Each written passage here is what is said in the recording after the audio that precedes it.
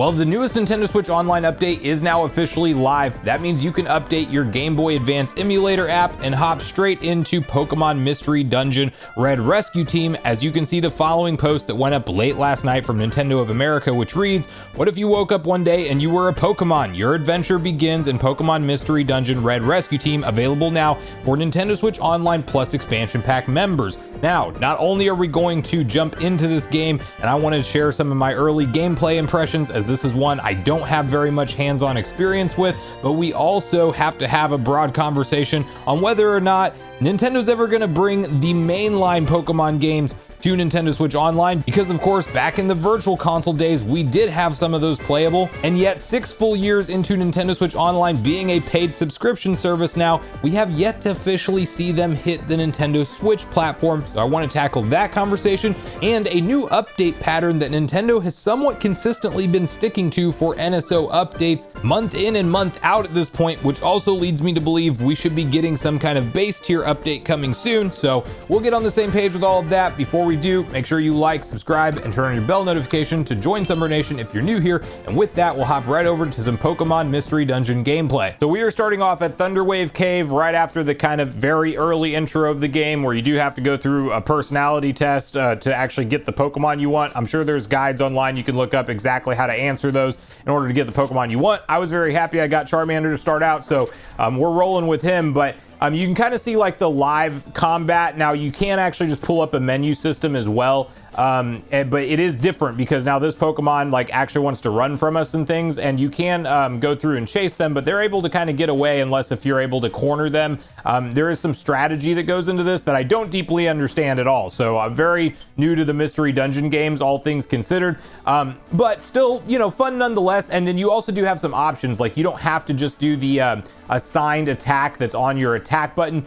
You can also not only move those around, but you can just pull up your menu and actually attack that way. So and now we actually took this one out, but I will demonstrate the menu attack on this Rattata here, because you can just pull it up and use your same type of attack as you would have otherwise. And what's nice is as long as it lands, it does significantly more damage, and you get more XP doing it that way. So that's ideal if you want to take your time, if you want to go through and just kind of, you know, quickly progress. It's a little bit easier just to assign your attack that you want to your said button, and you'll go forward and do that attack with just the A button. Now, in terms of kind of talking about NSO blended in with this, you know, gameplay, I will say that we have something of a pattern on the update frequency. So I do want to tackle that part first. I will say that if you just look back in recent months, we have been very consistent seeing Nintendo do towards the beginning of the month, they announce right away either a base tier or expansion tier update. And once they do that, we do typically see them come out pretty quick afterwards. Now, this one, of course, got an advance notice where we got a trailer and then the game release, but we either get shadow drop updates or we get just an advance notice update like this, but we're typically getting 2, and it's normally one for the expansion pack tier and one for the base tier, which leads me to believe, because of how early into the month of August it is that we are playing Mystery Dungeon, I do believe that we're going to be seeing a base tier update at some point in time. So that's very exciting to see Nintendo kind of formulate a schedule again, because for the longest time it seemed like they really were not, it was no rhyme or reason, and you couldn't pin down any kind of predictable formula to why they were updating and when they were updating and things. And not to say that we have it fully figured out or anything, but we definitely have a pretty consistent track record at this point of them doing one base tier update and one expansion pack tier update per calendar month in the same month. So 2 updates total.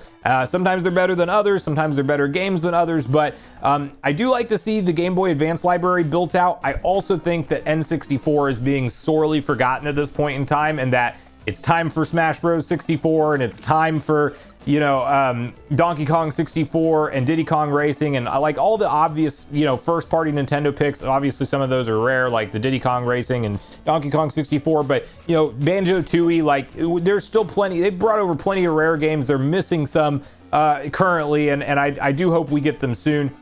So we'll have to see about that, but I'm very confident we'll see at least another base tier update at some point this month. You know, we just saw like some NES games updated. We saw Game Boy updates before that. So maybe it's time for an SNES batch of updates. I could definitely see Nintendo potentially doing that this month. And then to kind of like pivot into the conversation on what the likelihood is around us maybe seeing some kind of mainline Pokemon support. I'm more or less in the mindset now with, Pokemon trading card game being out on Game Boy, and now it's getting Mystery Dungeon on the Game Boy Advance. I'm kind of in the mindset that Nintendo's avoiding the mainline Pokemon games almost like for a reason. Like I do think that they might be in the mindset of trying to save those for maybe their next generation relaunch of Nintendo Switch Online 2.0 and just using it as that extra heavy hitter reason to upgrade or keep your service.